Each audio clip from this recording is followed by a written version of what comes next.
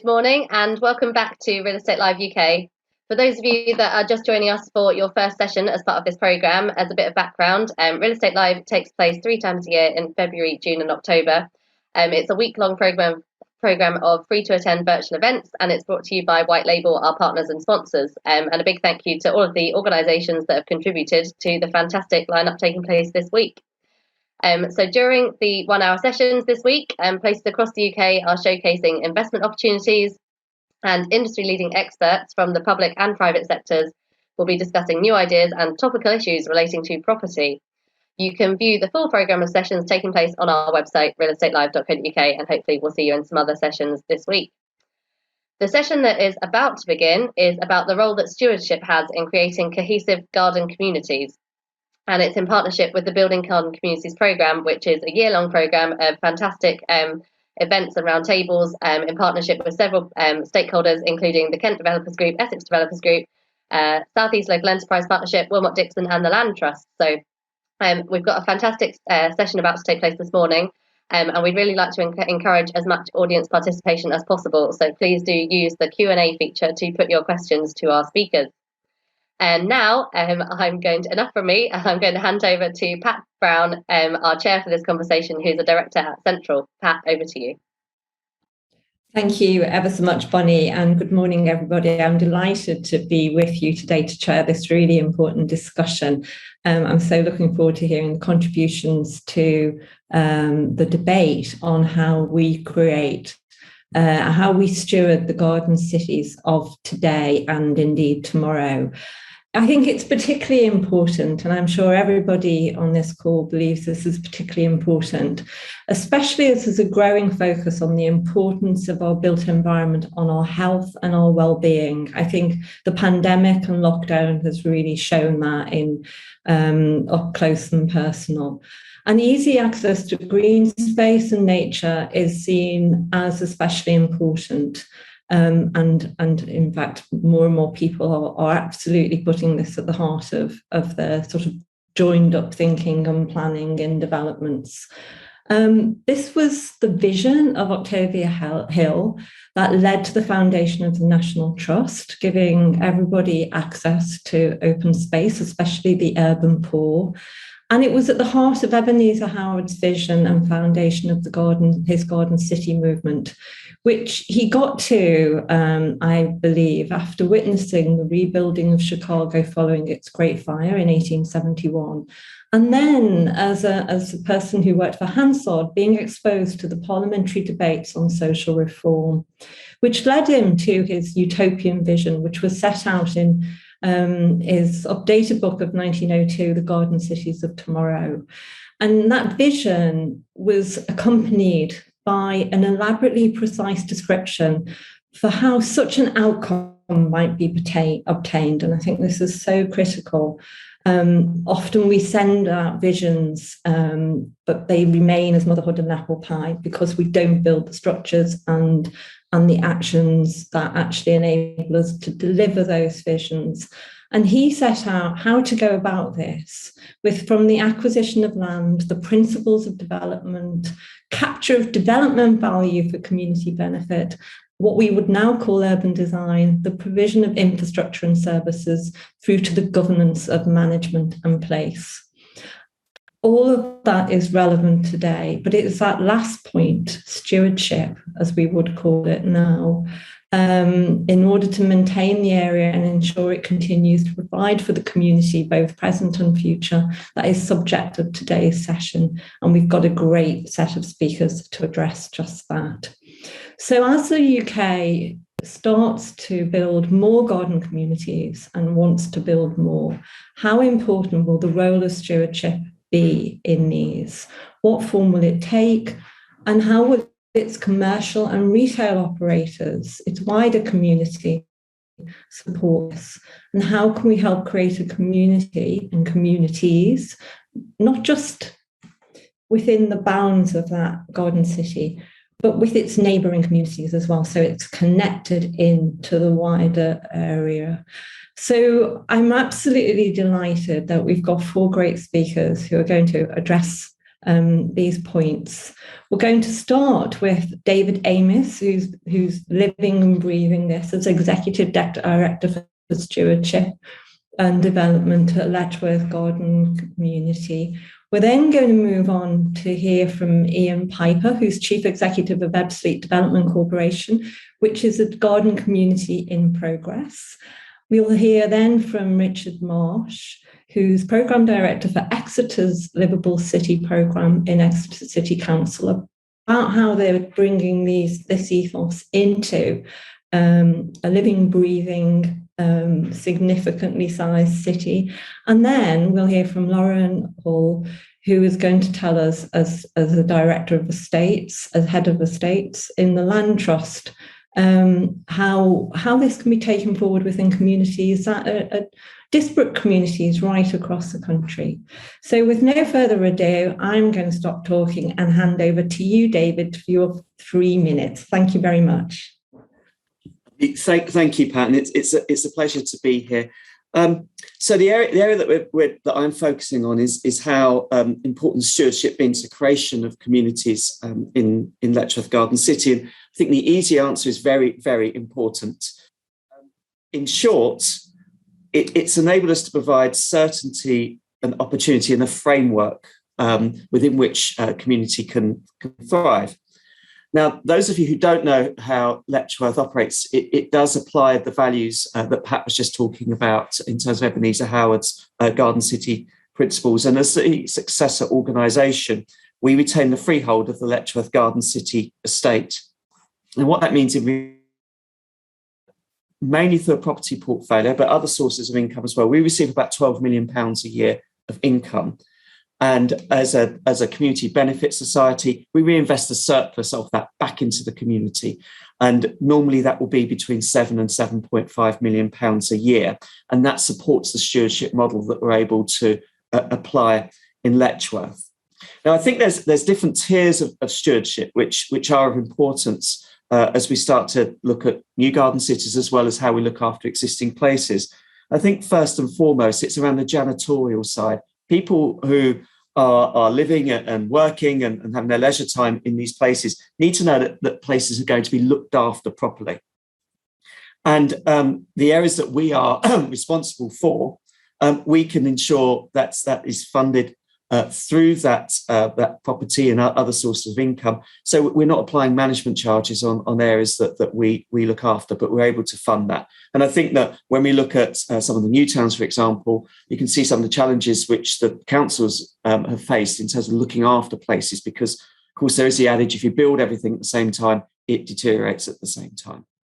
But also there's the additionality. So what we're able to do is to help support a social framework to give community the very, very best chance. So that's initially through the provision of facilities. So we provide facilities where people can meet and dwell. So, for example, we have a cinema, we have a theatre, a family farm, studio and gallery, museum services. And again, perhaps these services wouldn't be available on a town of our size. And we can ensure that they are provided and are of a good quality and very affordable. So, for example, we subsidise the cinema so that the tickets are affordable for all of the local community. We also provide open spaces, and as Pat said, particularly important in the last 18 months. And so we have a greenway that goes around giving access to countryside, 13-mile route, which we look after. We have a countryside stewardship scheme in Natural England. A series of open spaces in addition to the ones that the council provide. And they have been really, really important. And we're able to ensure that they're protected and we can reinvest in them to ensure that they continue to grow as the community needs changes. We also provide a framework that supports local clubs and societies. So all of the sports clubs, for example, have access to grants from us. So we can get involved in ensuring the facilities are as good as they possibly and reasonably can be.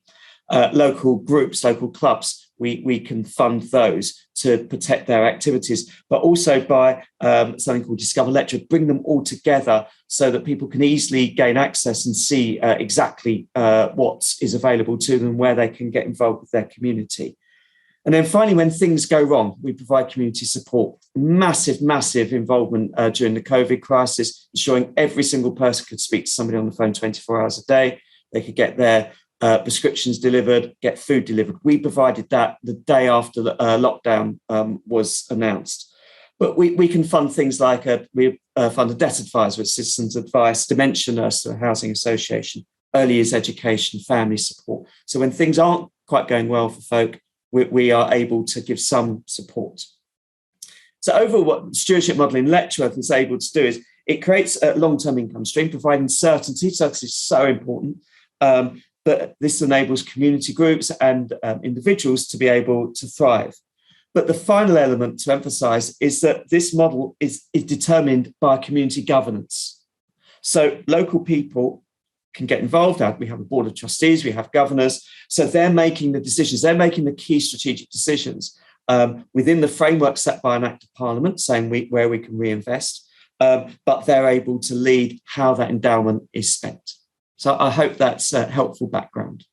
That's fantastic background, David. Thank you. So it's a holistic stewardship. It's not about the basics, the bedrock, the clean and safe. It's about people's whole life experience as well. So thank you. That was wonderful. So Ian, let's hear from you. How's it looking for you in Ebbsfleet, please, as you develop this? Thank you. Hi, thank you, Pat, and good morning, everybody. Yeah, very pleased to be here. For those of you that don't know, Ebbsfleet Garden City is a planned new community of up to 15,000 homes, all on brownfield land in North Kent. So the new community is being created, but it sits in the midst of existing communities and surrounded by those. So our stewardship model takes that into account. So accessibility, not just by the residents moving into the new homes that are being developed within the Garden City, but also the surrounding communities, and that's quite an important factor.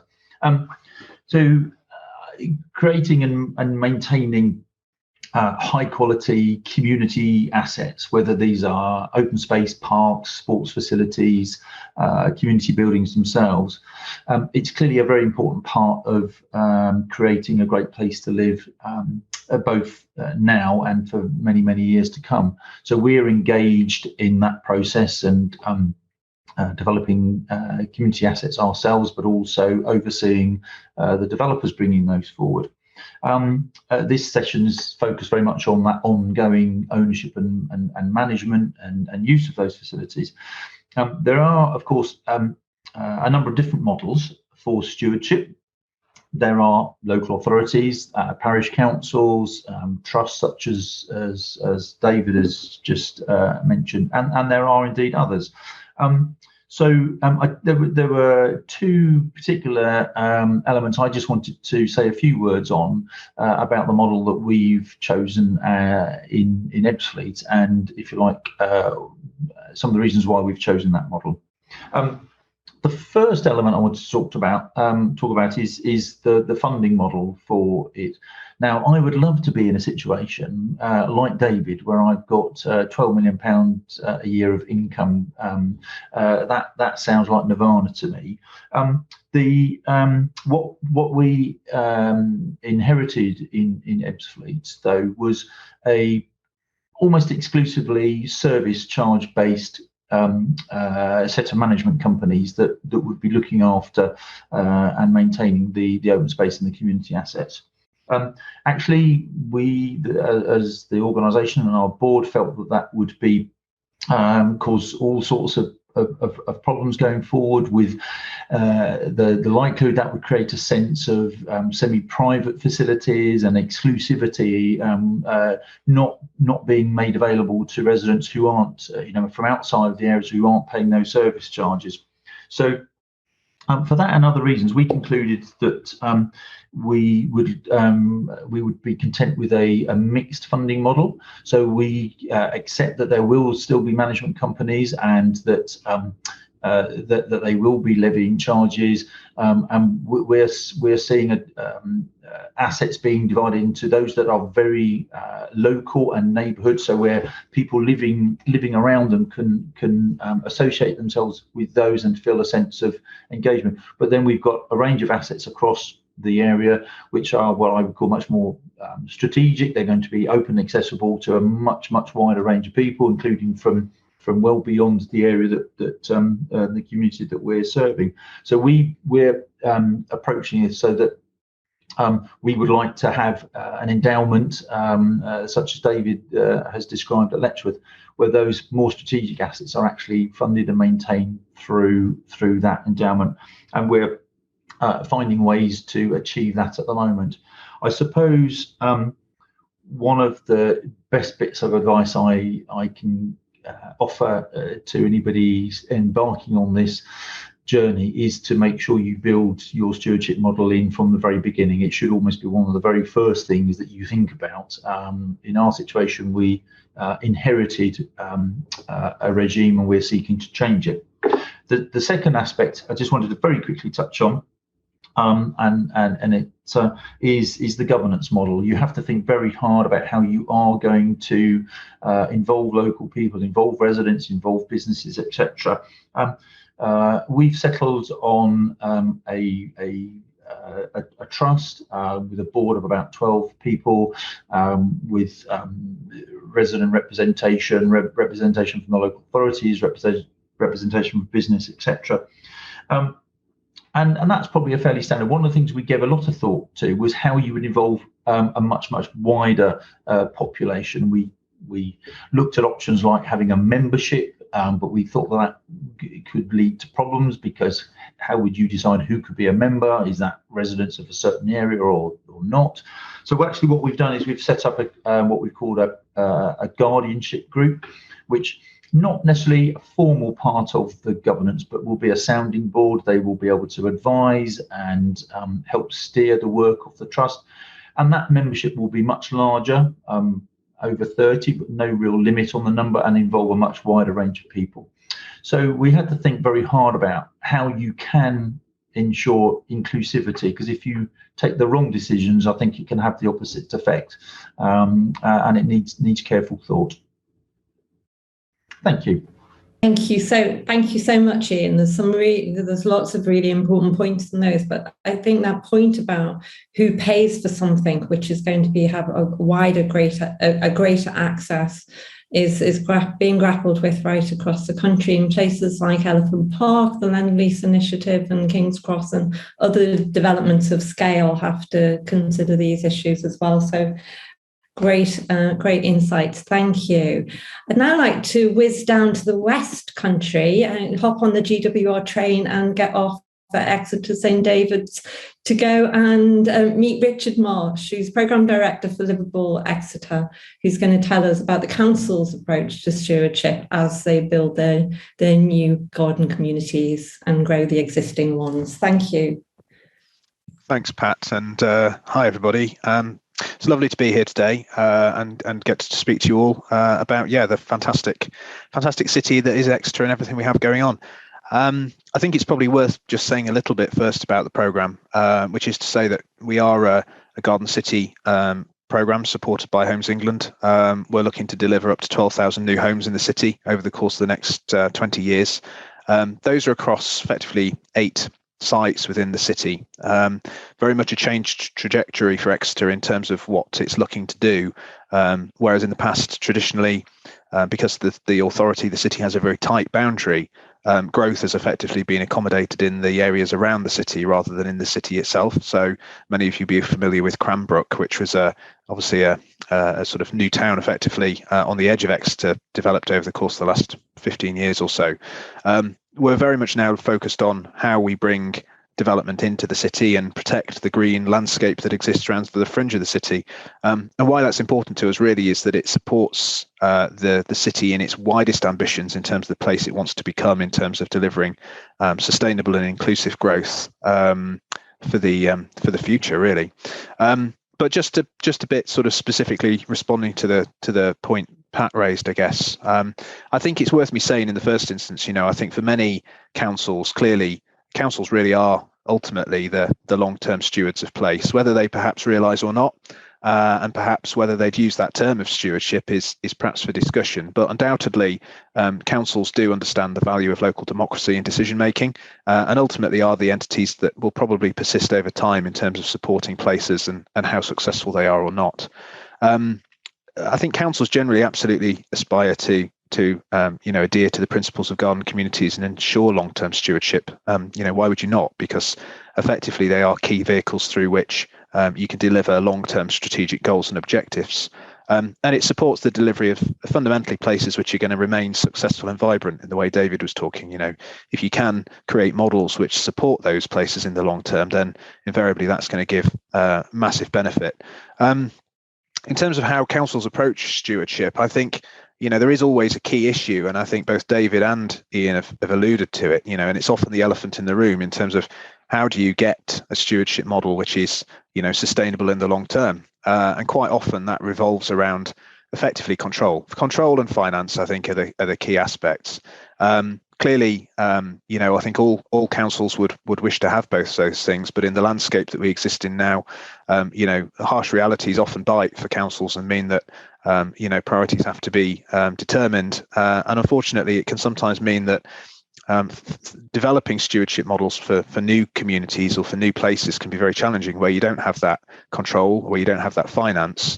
How do you safeguard that stewardship model into the new place you're creating? I certainly think it's something that we in Exeter are debating at the moment in time, and of course we're looking at how we bring forwards projects in such a way as to maintain control and use our own existing land assets as a key vehicle through which to leverage development and retain degrees of control.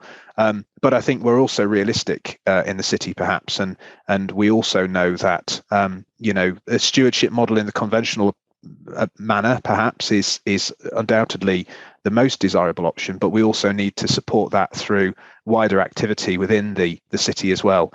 And in that vein, we're really lucky that the city particularly, I think, has embraced partnership as well.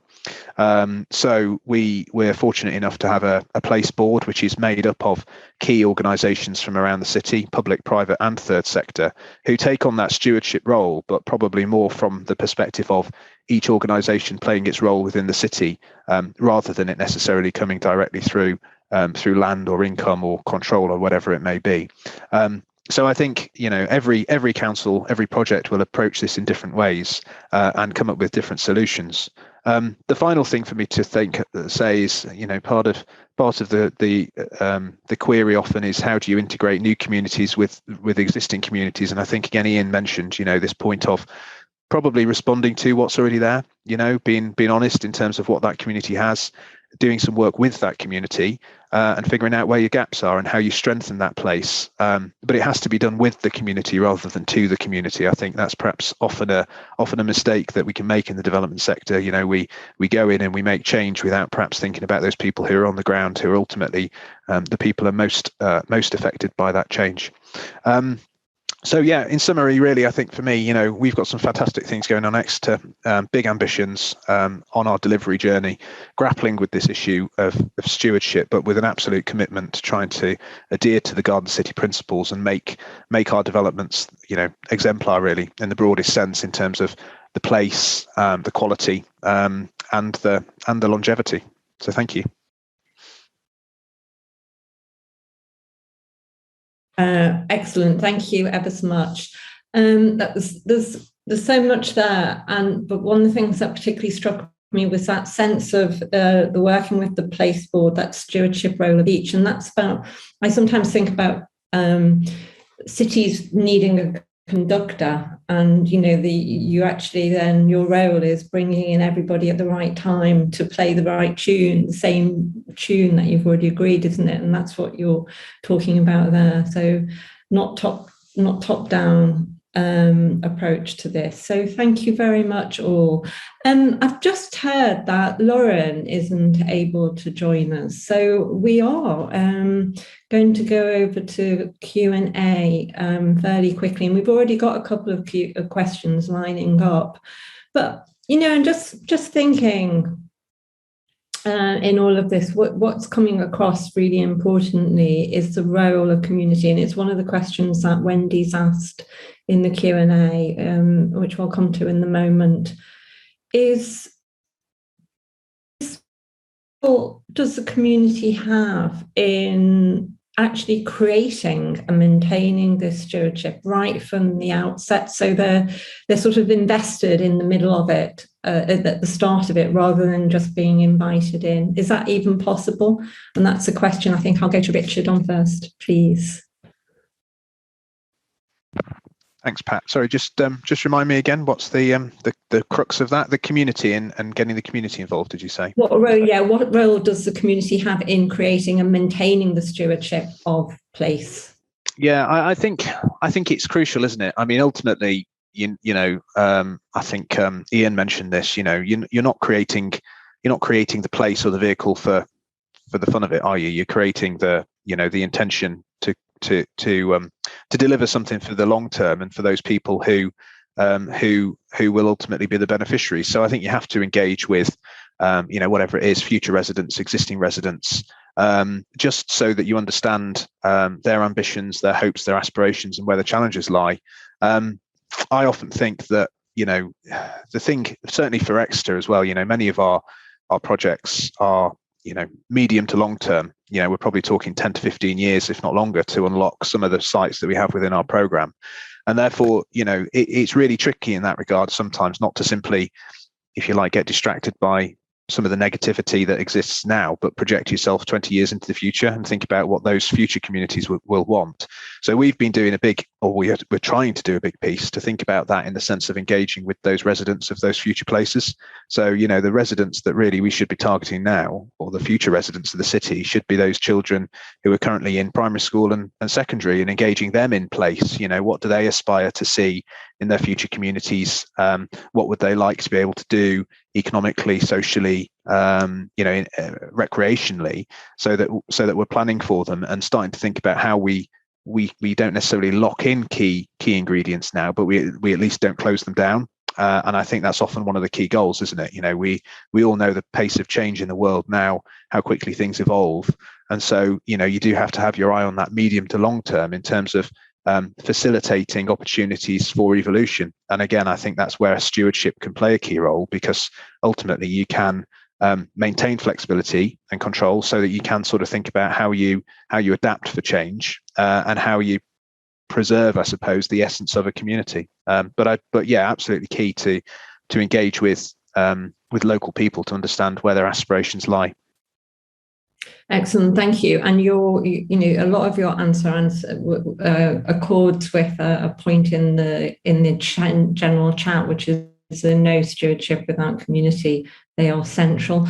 Wendy's also asked, how important do you feel community engagement is to success? Is community engagement always carried out and listened to, or is it a tick in the box exercise? And you answered that very well, Richard. I want to take that over to Ian and David and hear from you about your community engagement, please. Thank you. I'm very happy to go next, Pat. Thank you. Thank you very much. Well, I mean, as Richard has said, we're not sort of tasked with creating this place for the fun of it. I mean, I think me and my team and the board, we think very much about why we're doing this, who we're doing this for, and on whose behalf we're working. So we've bearing in mind our new communities been growing. We've always had relationships with the existing communities around us, but there are now about 5,000 people living in as new residents in the Garden City. So just before the pandemic, actually, we set up a community board and invited residents to join that. And then we widened the number of people that on that community board. We meet 4 times a year. It's chaired by one of our board members, who's the leader of Dartford Council and Gravesham also represented on there. And we have an open discussion, and when we have those meetings in order to find out what it's like to live in the Garden City, and what is it that people think is missing, and what do they like about it, what do they not like about it. We've done a number of resident surveys as well to find out those same sorts of questions. Of course, the population is growing all the time, so that's a dynamic thing. I mentioned our governance arrangement for our stewardship model, which absolutely will involve residents. I think there are, I mean, our stewardship trust will have two, probably a number of main purposes, but two in particular. One is that sense of, I think David used the term janitorial. It is looking after the place, but we're expecting our trust to do much more than that. It is about curating the community, helping to put on and manage events, supporting the community to do that for themselves, looking to utilise the spend of all that management activity for the benefit of local people. So whether that's supporting local labour, local suppliers, etc. So the trust itself can add a lot more value back to the community, and it is there to support them and to have the place feeling like the residents and the businesses there want it to feel like. So you can't do it without the community, as somebody has rightly said in the chat. Great, thank you very much. And over to you, please, David. Yes, I agree with everything that Ian and Richard have said. I think there's stewardship does not work well if it's done to people. The local community absolutely needs to shape it and be involved. And as I said previously, we have a community governance structure sat underneath a board of trustees. We have 30 governors that are elected or nominated by local groups or appointed, which does help us get a community insight. But I guess that an example in Letchworth, a sort of very live project at the moment, is that we're looking to grow the Garden City for the first time in a generation. So we have a couple of sites coming forward through the local plan process, one of which is for 900 homes. And the approach that we've taken on that has been going on for quite some time, with a discussion and debate with the town about whether we actually need more housing. Stage one. Stage two, okay, the general consensus was that we do need housing. Where should it go? Do we densify the existing phase one of the Garden City? Do we develop the industrial sector? We have 15,000 people work in Letchworth. Or do we look at expanding beyond the current urban area? And we kind of have a blended approach of all three. But then now that we're moving on and looking at the type of housing, we did a design competition with the RIBA called Reimagining the Garden City. And I think we're one of the few sort of international design competitions that has involved the local community. So we had a panel of which made the decision on the final. We had an 85 entrants on the final winning entry. But one of that panel was cumulatively the local community. So we went out and asked them which ones they liked, which bits they liked, which bits they didn't like, which really has enabled, firstly, they chose the winner, which everybody was very happy with, but also they were able to start to have a positive impact before we're actually master planning the site. So really important to get in early days. Where it goes very badly, from my experience, is when you present something that's complete and expect a pat on the back. It's got to be a very long process where people are absolutely embedded in that exercise, so that they feel part of it, they feel ownership of it through the designing new places, but also how they're looked after. Thank you very much all for those answers. I think that, your last points, David, especially about your growth plans, answers Christine's point in the chat and in the Q&A. Does the panel see many benefits that come with new development as a focus for engaging with existing communities, which may have concerns about change that comes with growth and new housing? So the work that you've just described with those 900 plus houses and how to bring that forward is a good example of that. I don't know if any of the other panelists if you want to add anything else, or whether Ian or Richard want to come back in on that point as well. You don't have to.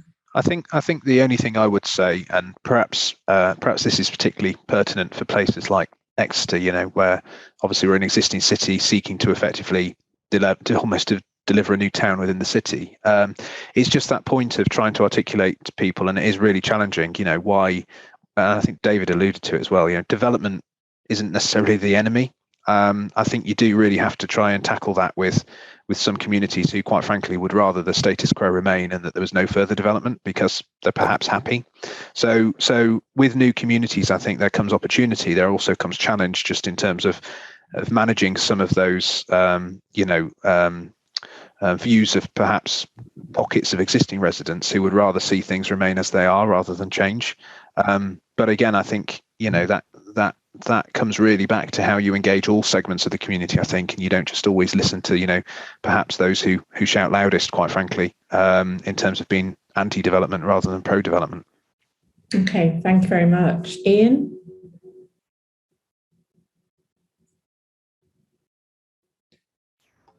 Apologies. I don't have anything to add to that, Pat, if that's okay. Okay.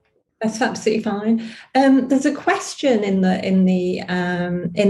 Q&A which claims to have been answered, but I didn't mark it as answered. You've partly covered it, David. It's Richard rather, but I think somebody else has put it. So I'm going to ask the question because I want Nigel to have his moment. With reference to Richard's presentation on Exeter Council taking the lead on stewardship, could David explain Letchworth's relationship with the local council? You have done that to a certain extent, but you might want to expand on that further.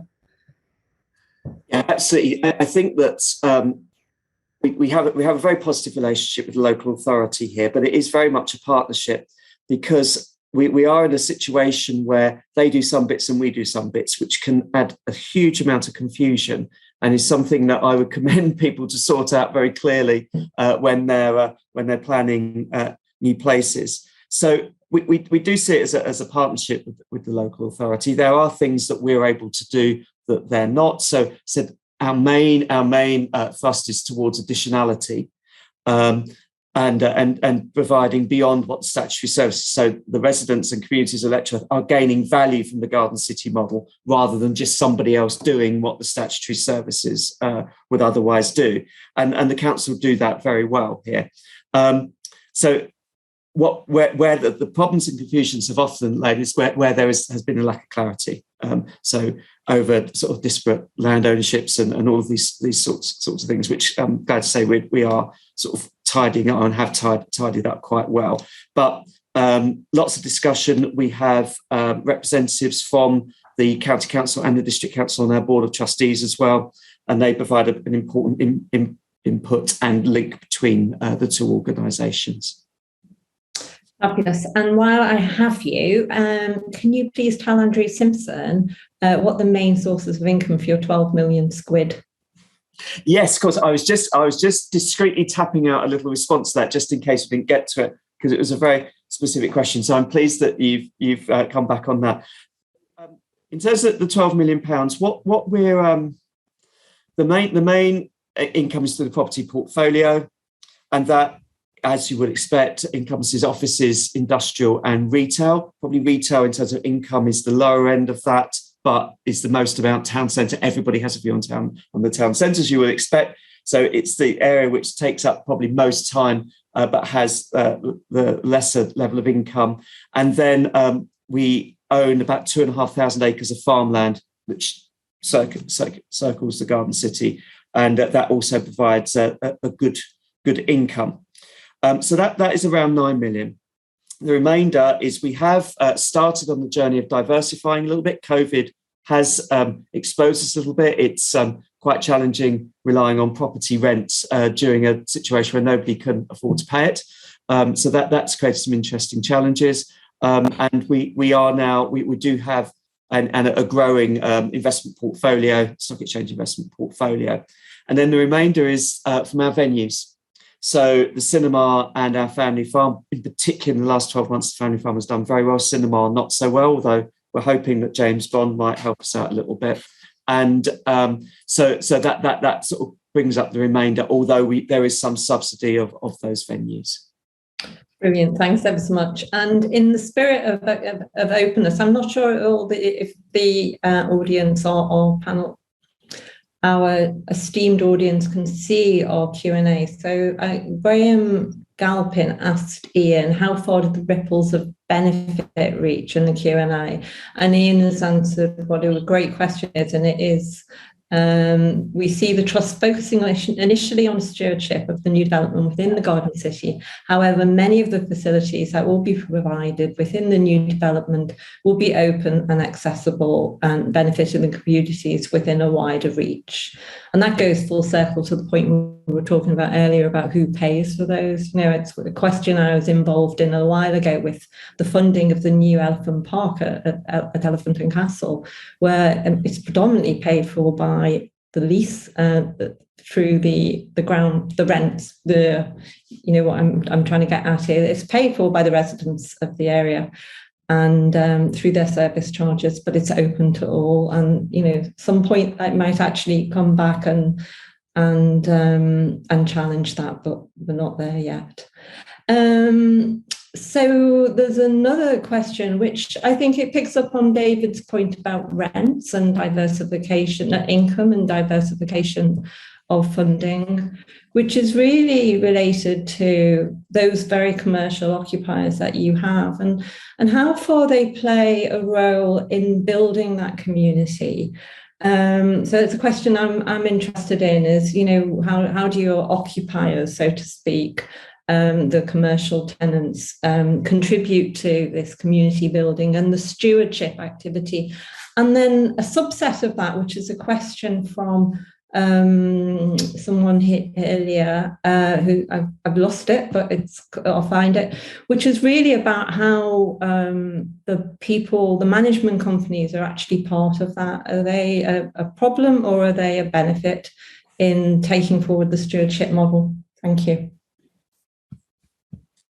So I think if we start with the commercial tenants and their contribution, I think it's one of the areas in Letchworth, as is the case with every town, we have a very loud minority of people who will get involved and sort of very positively get involved, but get involved in various engagement exercises and working with us. And we've been, over the last few years, have been working in particular in trying to engage more with the silent majority, of which part is our tenants, I would say.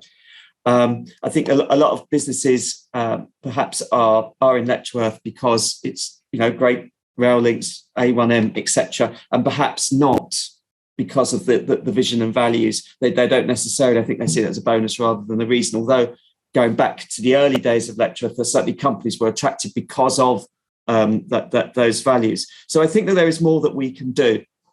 Positive has been over the last few years is that we've been very supportive of setting up a business improvement district, which has created a very strong forum and is something that we would like to develop and an approach that we would like to develop. But we have tried on a number of occasions to have various forums and so forth with local business, and maybe that has been relatively well attended, but not as well as we would like. So I think it's fair to say that we have more work to do.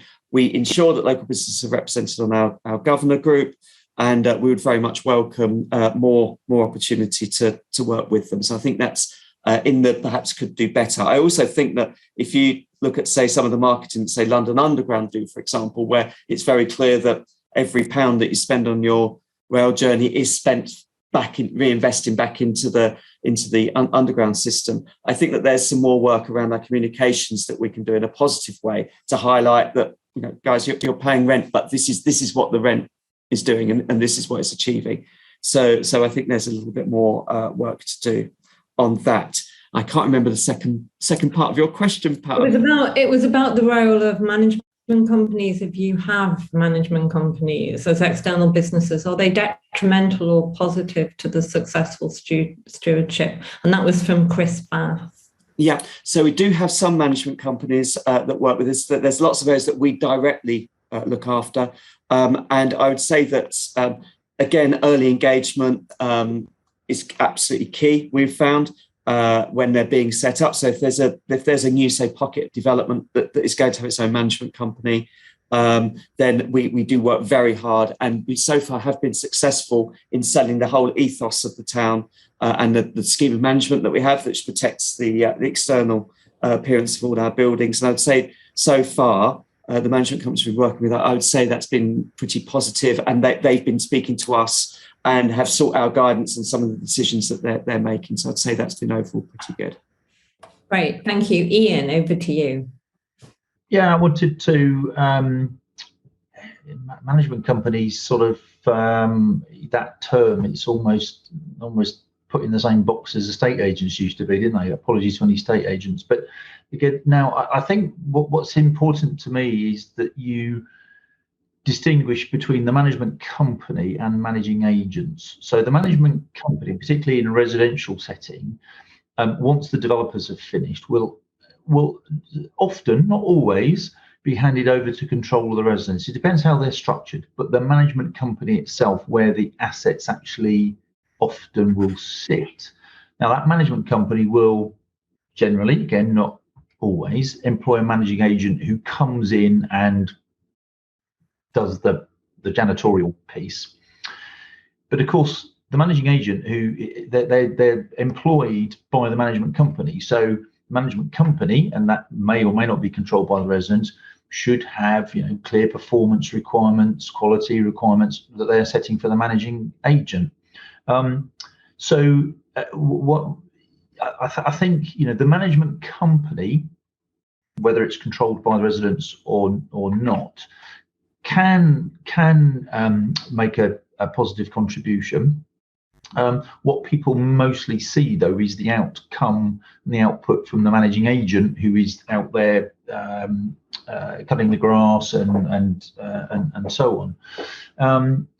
And it's a bit of a minefield, I think, a lot of this for purchasers and for residents, understanding how all this works and what actual control they may have over some of this stuff.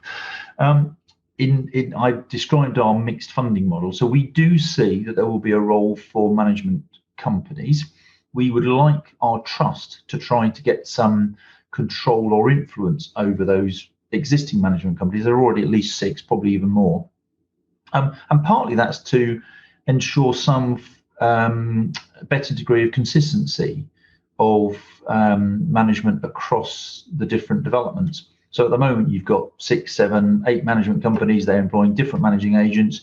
You've got different levels of quality of maintenance. We would like to gain some control over that through the management companies. So we're going to have to talk to the residents, who ultimately will end up with control of many of those companies, to see whether that's something they would be content with. It's a very complicated situation that we're dealing with, but I think done rightly, they can and most likely will play a role, but they have to set good performance standards and quality standards for their managing agent, and be prepared to, frankly, sack them if they don't meet those standards. So it's partly about values, isn't it? I'm bring Richard in a moment, because we've talked a bit about values, and it's about the ethos of a place. And David's talked about the fact that they haven't necessarily always been as successful in bringing the people who were there, in a way that they live and breathe the overarching values. So when you're thinking about these new structures and new arrangements, and especially bringing in new businesses, are you thinking, how do we ensure that the businesses we bring in are central to our vision for what Ebbsfleet is? Will they be a drain or a radiator on those future aspirations? Oh, I think they absolutely should be a part of the overall community, and you would want businesses.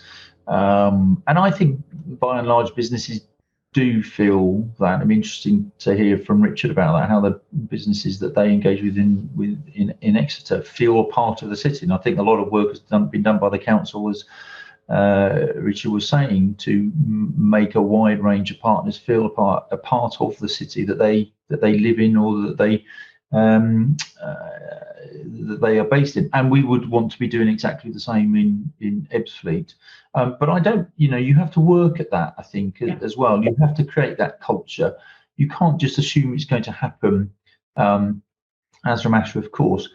And so therefore you have to be conscious of that when you are doing your planning, and build it into what don't just assume it's going to happen. You've got to work at it. Okay, thank you very much, Dr. Richard. Yeah, I think Ian made, both Ian and David made lots of great points there. I mean, I was going to focus more on the retail aspect, but I think it knits in anyway to the management perspective. I think, David mentioned it, didn't he, in terms of, the effect of COVID and what that did to the retail estate. I think we'd been seeing a trend anyway, hadn't we, away from, multinational chains and corporations, so that places with identity, particularly, you see more and more pop-ups, you see more and more local businesses, and people actually value, I think, that local dynamic. It seems to be, it's got a good brand at the moment, hasn't it? Local suppliers, local traders, people are investing in that because they see the connection with their locality. And I think where they see that, there is that local accountability, ownership dynamic, they share more interest in it, but also that business understands it, so can tap into it. It's not a faceless brand. It's an organization or a business which is responding to that local need. So I think it's really important actually to build in a local dynamic to retail offering. And I think, taking it back to then, what does that mean in a built environment perspective is probably the key thing, isn't it? In many high streets and many places, the barrier to entry for many new businesses are rates and rents and things like that. So you've got to think about how you actually bring those businesses in. So rather than doing what, traditionally developers have done, which is, build a very high spec building, but putting a retail floor to shell and core, so any local retailer can never go in because they can't afford the fit out. So how do you do a slightly enhanced shell and core fit out so that they can very easily move in and trade from a very simple setup? Or how do you do things that, so many places have got great at now, haven't they? Shipping container pop-ups. I mean, look at the sense of place that can create. And it's that kind of entry level opportunity, isn't it, for businesses and entrepreneurs who probably see a gap in the market, want to do something different. That's the sort of place, that is proper place shaping, isn't it? But the beauty of that as well, I think, is that what councils and what organisations need to be careful of, and I alluded this to previously, is this point of not over curating. It is stewardship in a gentle sense. There is a need to curate to a degree to make sure you get a vibrant mix of uses. You don't end up with 50 coffee shops, but you shouldn't set the bar to be so specific so that you lose that opportunity for local reflection and sort of opportunity. So I think that luckily for us now, I think you can look around the country and see some really interesting concepts and movements, particularly around retail. And I guess that tips into the point about management as well. Ian's point, if your managing agent doesn't share that understanding of the essence of place you want to create and isn't prepared to sort of do some innovative things, then they're probably not the right entity, are they? And you hope that over time, those businesses who you bring in, who grow, will stay. The beauty of that is they're local businesses. They probably employ local people. The profits stay locally. It's kind of a virtuous circle then, isn't it? You're building effectively community wealth through skills uplift and quality and all the rest. Brilliant. Fabulous answers, all of you. Thank you very much. Now we've got 6 minutes left and we've got 3 questions. One, I think, is probably more for you, Ian. Are development corporations the most appropriate vehicle to deliver garden communities? How do we keep them locally accountable? Answers on a postcard. Wow. Is the answer yes? Okay. That sounds like a trick question to me. I would say this, wouldn't I?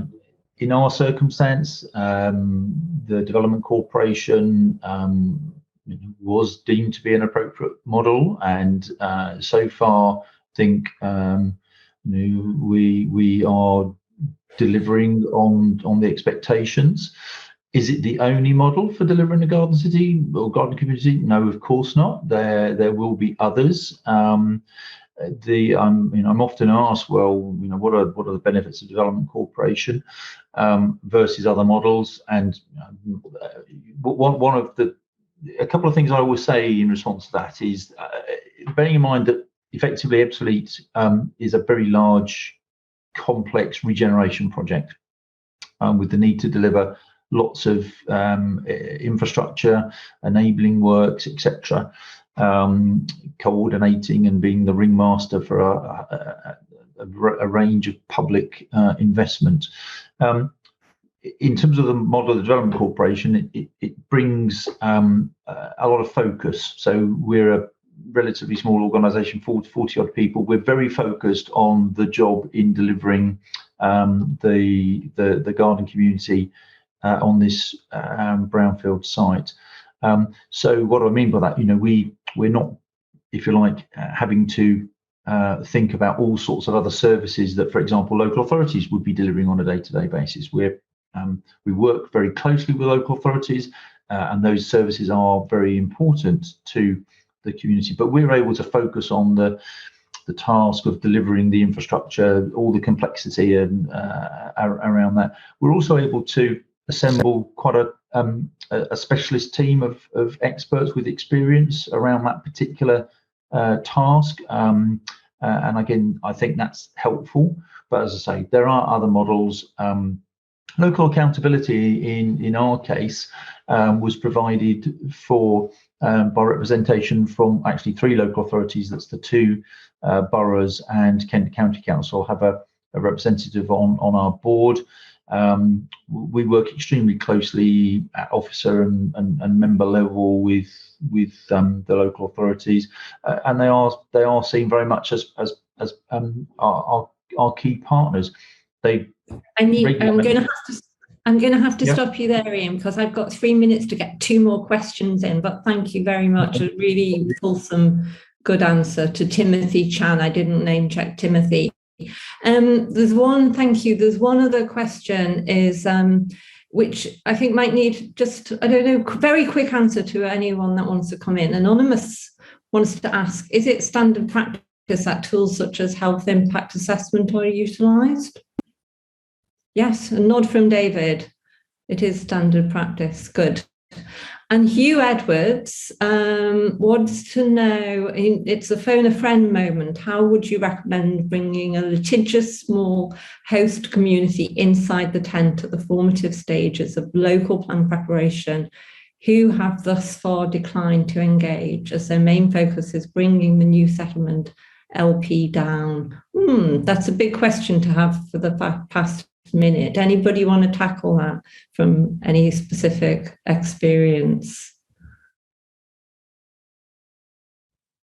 I'll be bold and brave, and so I think that we just in terms of our experience, just very quickly, we have a group of objectors, a small group of objectors, but a group of objectors who are strongly against the expansion of Letchworth, and there is no easy answers. Our relationship is such that where we want to be and where we are, I think, is that we ensure they have the correct factual information, because so many times with groups, there's a certain rumouring and so forth, and it's not always based on fact. So we now have a relationship where they will fact check everything with us, which I think is really important. So people have absolute right to come to a different view to us, but we want to make sure that it's based on the correct information. And where we're trying to move this at the moment is to have a discussion on if it does happen, what would you like to see? So without prejudice to any case you have against it, what would you like to see if this does proceed? But no easy answers, I'm afraid. No, of course, it's never easy, is it? And I think that's a critical point to end on, really, because it's really about ongoing stewardship is all about ongoing relationships and community, which has come across very strongly in from the 3 contributors today.